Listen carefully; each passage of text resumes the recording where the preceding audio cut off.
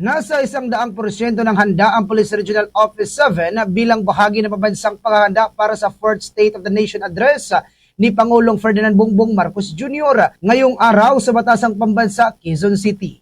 Ipinangako ni PRO7 Regional Director Police Brigadier General Rodrigo Maranan ang dedikasyon ng kapulisan sa reyon para protektahan ang kapayapaan at seguridad, lalo na sa mga taong inaasang magdaraos ng rally para ipahayag ang kanilang paninindigan.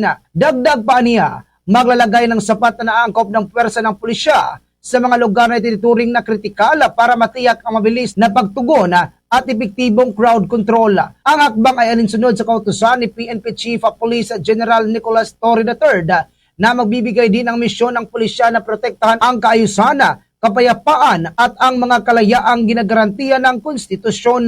Binigyang diin din ni Maranan na sinusuportahan ng PRO7 ang mapayapang papahayag ng opinyon at pagsusumikap na lumikha ng malusog at ligtas na kapaligiran para sa lahat ng mamamayan. Kaugnay nito, hiniling ng PRO7 sa publiko na manatiling kalmado, mapagmatyag at kooperatiba sa panahon ng pinaigting na seguridad at agad na iulat ang anumang kainahinala na aktibidad sa mga otoridad. Sana zero incident tayo when it comes to age-focused crimes. Ngayon ay wala tayong natatanggap na seryosong banta. No?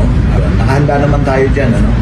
Sabi ko nga, maximum deployment tayo, heightened alert ang Police Regional Office 7 at maraming pulis tayo kakalat sa kalsada. Mula rito sa lungsod at lalawigan ng Cebu, Bombo Fons Cabrillos. This is Bombo Radio Philippines, the #1 most trusted source of news and information. Basta Radio, Bombo!